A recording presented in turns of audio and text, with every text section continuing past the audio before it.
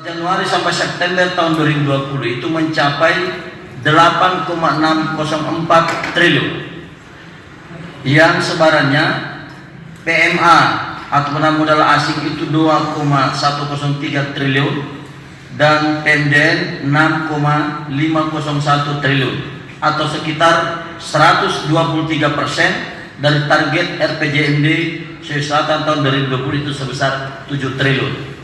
Jadi perlu saya sampaikan kepada Anda sekalian, alhamdulillah target kita di tahun 2020 itu adalah 7 triliun, mengingat karena kondisi pandemi sehingga kita turunkan, dan itu di dalam RPJMD kita memang menargetkan tahun ini 7 triliun. Tetapi alhamdulillah baru di triwulan ketiga kita sudah mencapai target tersebut dan menjadi 8,604 triliun.